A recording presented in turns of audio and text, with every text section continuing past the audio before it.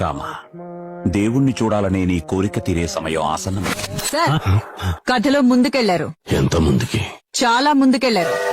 అవిధానామంతస్తిమిరా మిహిర ద్వీపనగిరి జదనం చైతన్యస్తవకం కరంద శృతి జరి.